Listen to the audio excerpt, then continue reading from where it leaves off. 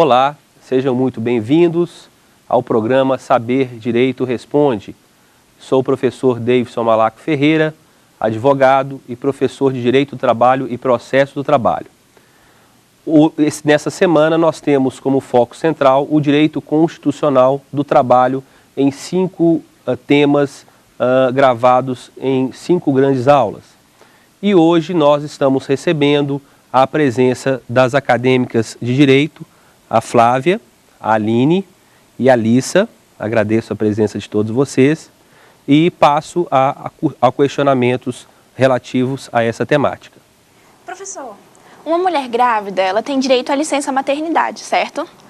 Essa licença, ela tem a mesma duração para todas as trabalhadoras, seja nos órgãos públicos, no privado? Por quê? Flávia, na verdade, a licença maternidade é um direito fundamental trabalhista, sim. Mas esse direito fundamental, ele está focado às empregadas de empresas privadas.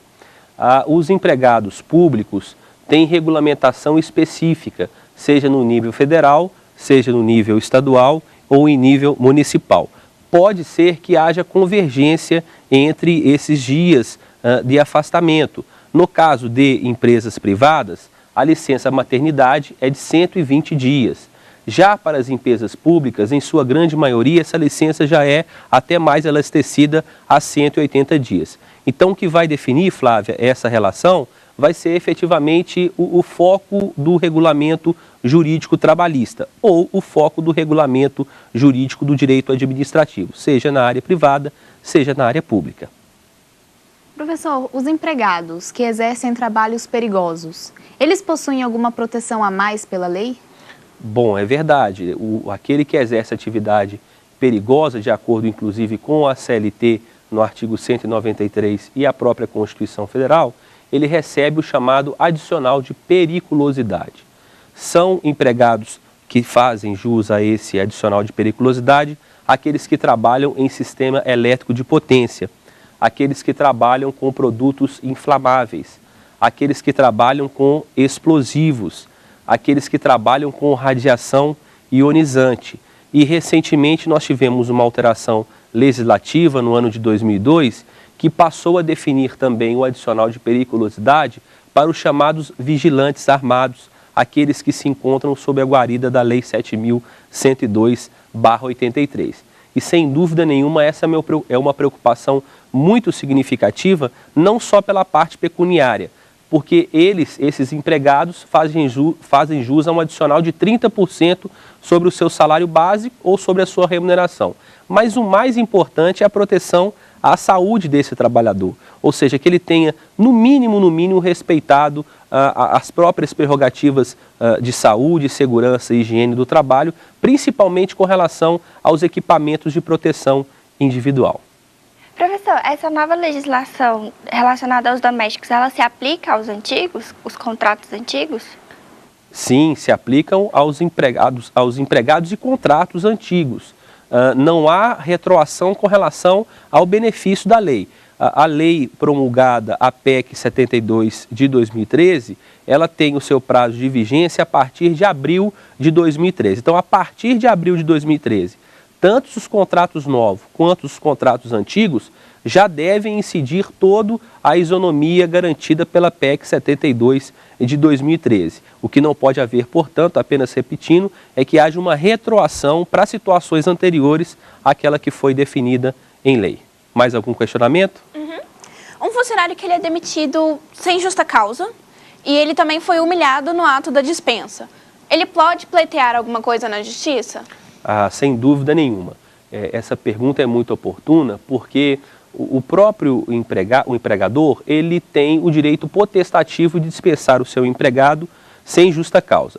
Mas isso não dá a ele a proposta de abusar do seu direito de dispensa, traduzindo a essa dispensa uma situação degradante, humilhante, enfim, uma situação vexatória ao empregado. E nesse caso específico, além das verbas rescisórias de direito que serão deferidas a ele, também será deferido a esse empregado indenização pelo dano moral suportado. Essa indenização pelo dano moral suportado vai ser fixado pelo magistrado durante uma determinada ação trabalhista. O que é poder empregatício? Bom, o poder empregatício, na realidade, é uma marca da relação de emprego que está dentro do que nós chamamos de poder do empregador sobre vários aspectos. Vejam, o poder empregatício é um gênero do qual o poder diretivo é uma espécie, o poder fiscalizatório é outra espécie, o poder regulamentar é outra espécie e o poder disciplinar é outra espécie. Tudo isso faz parte de um poder de organização por parte do empregador que determina as ordens sobre o modo de prestação de serviço. Por isso, inclusive, a figuração do empregado como meramente subordinado a essas ordens de prestação de serviços. A terceirização trabalhista, ela prejudica ou beneficia o trabalhador? Lissa, na verdade, depende do tipo de terceirização trabalhista. Na verdade, nós não podemos aqui demarcar que a terceirização ela sempre prejudica ou ela sempre vai auxiliar, é sempre marca positiva. Na verdade, nós temos que separar a boa terceirização e a terceirização precarizante. A boa terceirização, naturalmente, é uma terceirização no qual o próprio empregado ele se encontra inserido em atividades meio ou em outras atividades que são definidas pela súmula 331 como atividades de possível terceirização. Já a terceirização precarizante é aquela terceirização que busca, com a própria incursão desse instituto, precarizar a mão de obra diminuindo garantias trabalhistas. Essa realmente não é a terceirização autorizada nem pela súmula e muito menos pelo próprio direito do trabalho. O que é relação de emprego? Bom, a relação de emprego é o foco central do direito do trabalho. Na verdade, essa é a relação jurídica protegida pelo nosso ramo trabalhista. Essa relação de emprego, ela está consubstanciada em 5 elementos fáticos jurídicos. São 5 elementos, então, que compõem a relação de emprego. Devem estar presentes simultaneamente esses 5 elementos para que nós tenhamos reconhecido a relação de emprego e, via de consequência, reconhecermos também toda a cadeia de proteção trabalhista. É bem verdade que algumas relações jurídicas não relacionadas ao emprego, apenas relações nitidamente de trabalho, também têm o seu foco de proteção trabalhista, mas são exceções à nossa regra geral. A regra geral continua sendo, para o direito do trabalho, a proteção a esta dada relação de emprego. Eu disse a vocês que seriam 5 elementos. Vamos falar sobre cada um deles. O elemento pessoa física, ou seja, o empregado tem que ser pessoa física. Já para o empregador, tanto faz ser pessoa física ou pessoa jurídica. Deve haver também pessoalidade na prestação de serviço. Mais uma vez, a pessoalidade é da marcação à figura jurídica do empregado. Então, a marca personalíssima da relação de emprego está focada na figura jurídica do empregado. Quando a gente diz que a marca personalíssima está atrelada ao empregado, significa dizer que não pode haver substituições dentro da figura jurídica do empregado. Então, Flávia, se eu contrato você como empregado, é você e com você é que tenho a relação de emprego. Eu não posso e você não pode se fazer substituir mandando no seu lugar uma outra pessoa para prestar o serviço. É por isso que nós chamamos isso de caráter personalíssimo, ou também chamado de caráter intuito personae da relação de emprego. Então, esse é o nosso segundo elemento. O terceiro elemento é o elemento da não eventualidade. O que é isso? Não eventualidade. Significa permanência na prestação de serviço. Professor, mas permanência ainda está um pouco vago, né? O que é essa tal permanência na prestação de serviço? Aí nós vamos ter que fazer uma rápida observação em torno de a permanência na prestação de serviços no empregado, no trabalho doméstico, tem um significado. A permanência na prestação de serviço para o empregado urbano e rural tem um outro significado. Se não, vejamos. Para o empregado doméstico, para o empregador doméstico, a permanência significa não ter rupturas significativas no tempo. E o que a jurisprudência trabalhista fixou com essa tal ruptura significativa? Se tratando de trabalho de 1 a 2 vezes na semana, nós temos uma ruptura significativa no tempo. E nesse interim, nós temos o trabalho da diarista. 3 vezes ou mais, nós amoldamos a continuidade da prestação de serviços, a não eventualidade na prestação de serviços no trabalho doméstico, e ela poderá ser considerada uma trabalhadora ou um trabalhador doméstico. Essa regra da continuidade é a regra para o empregado doméstico. Para o empregado urbano e rural, existem outras teorias que emergem a solução da prestação de serviços permanente. A teoria mais prestigiada na CLT é a chamada teoria dos fins do empreendimento. E nessa teoria dos fins do empreendimento é que nós vamos então focar a dinâmica central, o empregado na dinâmica central do empreendimento, o empregado prestando serviço nessa atividade finalística, ele é um empregado permanente. De outro lado, nós temos também a chamada onerosidade na prestação de serviço. O que é a onerosidade? A onerosidade é o conjunto de parcelas salariais repassadas pelo empregador ao seu empregado em razão do contrato de trabalho. E aí esse conjunto de parcelas salariais é enorme, né? É realmente complexo esse conjunto, porque é o salário base, são as comissões, são as gratificações, são os adicionais de hora extra, o adicional de periculosidade, de insalubridade, gratificações, premiações, enfim, todo o conjunto de parcelas salariais.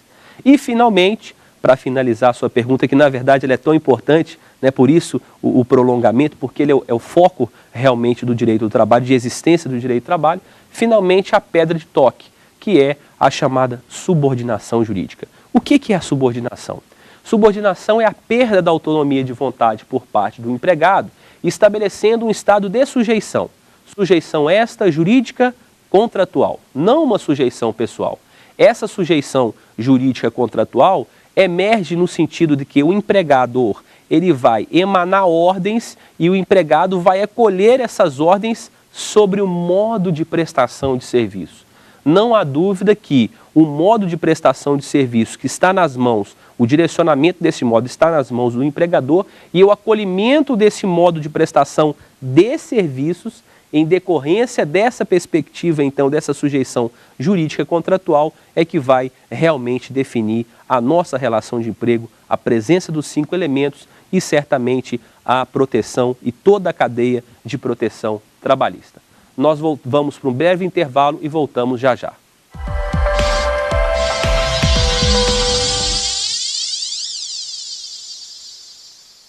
Olá, estamos de volta ao Saber Direito Responde. Mais algum questionamento? Existe algum limite para o poder fiscalizador do empregador? Essa é uma pergunta também muito oportuna, exatamente, Lícia, pela falta, pela inexistência de uma legislação tão ampliativa com relação a esses limites. E no direito nós sabemos muito bem, né, onde a lei não trata absolutamente nada sobre o caso, tudo se permite, né? Não havendo determinada proibição, há uma liberdade por parte do empregador para exercício desse poder fiscalizatório. Na verdade, o poder fiscalizatório, ele é o chamado poder de vigilância do espaço intraempresarial e do chamado acompanhamento da própria prestação de serviço. Então, até quase que complementando a pergunta do poder empregatício, né, essa seria uma das formas do poder empregatício. Então, é do empregador, e aí vem uma questão até importante no direito do trabalho, porque parece que o empregador não tem prerrogativas de direito ao seu favor, mas ele tem a prerrogativa mais importante, que é o poder de dirigir o empreendimento, que é o poder de manifestar a sua vontade e desta vontade prevalecer na relação de emprego. E isso, sem dúvida nenhuma, é uma garantia de direito importantíssima. E a ordem jurídica trabalhista repassou para esse empregador o poder fiscalizatório, o poder de vigiar o espaço intraempresarial, o poder de colocar câmeras no ambiente de trabalho, o poder de fiscalizar e-mails corporativos durante a prestação de serviço, o poder de realizar a visualização e a vigilância do seu horário de trabalho, se você está cumprindo o seu horário de trabalho. Então, esse poder fiscalizatório, ele surge realmente como propósito natural e de natureza jurídica idêntica ao chamado poder empregatício, uma espécie dentro do gênero poder empregatício. Mas atendendo a sua pergunta, apesar de não se estabelecer aqui uma limitação tão incisiva com relação ao poder empregatício, um fato é verdadeiro. Nós temos poucas normas trabalhistas que tratam do assunto. Para se ter uma ideia, nós temos um exemplo de limite ao poder fiscalizatório no texto consolidado, na consolidação dos leis do trabalho. E eu poderia até indicar esse artigo para você, para a sua anotação e dos demais telespectadores, é o artigo 373-A da CLT. Artigo 373-A da CLT. Esse artigo, quando se fala em 373-A, porque nós temos uma inovação legislativa, né? Foi trazida em legislação posterior, essa legislação é de 1999 e inserida no texto consolidado. Qual é essa proibição? A revista íntima praticada pelo empregador ao empregado. E diga-se de passagem, apesar desse artigo 373 da CLT-A estabelecer uma proteção ao trabalho da mulher, mutatis mutandis, né? Quer dizer, guardadas as devidas proporções, a proteção é a mesma com relação ao homem. Ao homem também empregado é vedada qualquer tipo de revista íntima. Você pode me dizer, né, Lissa, professor, mas existe isso até hoje? Infelizmente, é uma realidade em algumas empresas. Claro que não são todas as empresas que praticam, mas se a norma veio a regular esse fato, é porque esse fato social, ele ocorria no caso concreto e por isso a intervenção do legislador infraconstitucional nesse aspecto. E para finalizar a sua pergunta, nós temos também os limites estabelecidos na própria Constituição Federal. E aí também, para anotação, é o artigo 5º, o inciso 3º e o inciso 10 da Constituição de 88, que veda o tratamento desumano, o tratamento degradante ao empregado e que venha também a proteger a privacidade e a intimidade também no ambiente de trabalho. O exemplo que eu dei é a colocação de câmeras no local de trabalho, mas depende de qual local de trabalho. Imagine a fixação de uma câmera no banheiro, no vestiário. Evidentemente, esse seria um dos limites protegidos pela própria Constituição com relação ao poder fiscalizatório do empregador. Uma empregada doméstica que trabalha 8 horas e dorme na residência do empregador, ela tem direito à hora extra? Bom, essa, na verdade, em razão da PEC das domésticas, né, da emenda 72 de 2013, essa vem sendo uma pergunta recorrente e a gente sente até um medo, né, por parte dos empregadores domésticos com relação a isso. Bom, a pergunta é muito pertinente. Primeiro, a jornada de trabalho hoje ela é delimitada por parte dos empregados domésticos, né? Antes, sem essa fixação de limites. Então, hoje o limite é aquele estabelecido na Constituição, no artigo 7º, inciso 13 da Constituição de 88. 8 horas diárias, 44 horas semanais. A pergunta foi, professor, se ela trabalhou às 8 horas e simplesmente dorme no serviço, ela faz jus às horas extras? Não, não faz jus às horas extras. Por quê? As horas extras pressupõem efetiva prestação de serviços, ou seja, disponibilidade do empregado para prestar esses serviços. Repito, seja aguardando ordens, porque o empregador assim determina, ou seja, portanto, efetivando essas ordens, né, prestando efetivo serviço. Mas atenção, Aline. É claro que se o empregador exigir durante esse horário, onde ela deveria ter a sua pausa, o seu intervalo de descanso, efetiva prestação de serviços, aí sim ela fará jus ao adicional de horas extras, se ultrapassado o regime previsto nesse artigo 7º, inciso 13. E mais uma última observação. Dependendo do horário de prestação de serviço, ela vai fazer jus também ao adicional noturno, né? Porque se for exigido o trabalho dela de 22 horas às 5 horas da manhã do dia seguinte, também haverá a incidência do adicional noturno. Mais alguma pergunta? Sim. E como funciona a prescrição trabalhista? Bom, a prescrição trabalhista, Flávia, é um dos motivos, digamos, de grande tristeza do direito do trabalho, porque a prescrição ela acaba impedindo um exercício pleno da efetividade dos direitos materiais trabalhistas.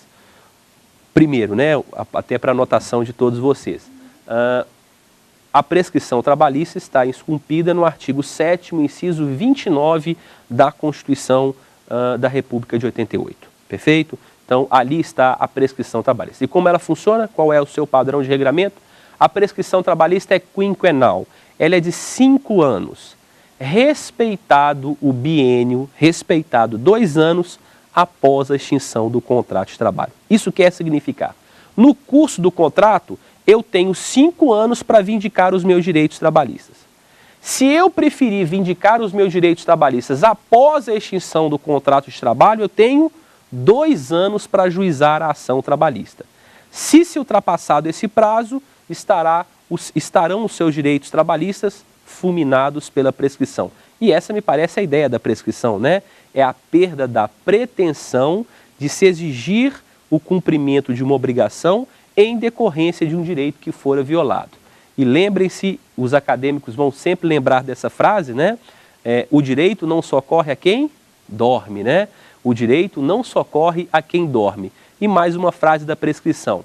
Se você teve um direito violado e nada o fez durante aquele lapso temporal definido em lei, você sequer será merecedor daquele direito. Essa que é a ideia da prescrição. Mais algum questionamento? E o que seria o sistema de proteção trabalhista? Bom, o sistema de proteção trabalhista é simplesmente o sistema que justifica a existência do direito do trabalho. Então, sem proteção trabalhista, não há qualquer possibilidade de existir direito do trabalho e não há qualquer condão de se existir, então, e garantir a permanência do direito do trabalho. O direito do trabalho existe exatamente em razão da chamada proteção trabalhista. Essa proteção que vem sendo, então, tão mitigada em decorrência de novas formas de prestação de serviços que têm sido atualmente aceitas na nossa realidade socioeconômica. Mas o sistema de proteção é aquele que justifica, então, o direito do trabalho e que justifica a sua existência. Através da proteção, nós concedemos prerrogativas de direito aos empregados. E é importante dizer isso, porque muito se diz, até numa linguagem popular, que o direito do trabalho é sempre dar razão ao empregado. Vamos fazer uma outra visualização sobre essa afirmação?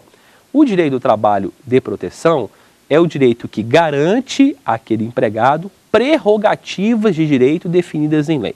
E por que ele garante essa prerrogativa de direito? Porque na relação de emprego, que foi dito aqui anteriormente, nesta relação de emprego há uma desigualdade entre empregado e empregador. E aí nós vamos aplicar, Flávia, a isonomia. Nós vamos aplicar, Aline, exatamente essa isonomia constitucional. O que é a isonomia, Elissa? É tratar iguais como iguais e desiguais como desiguais. Há na relação de emprego nitidamente sujeitos desiguais, porque o empregador é um ser coletivo e o empregado é um ser individual, um ser singular.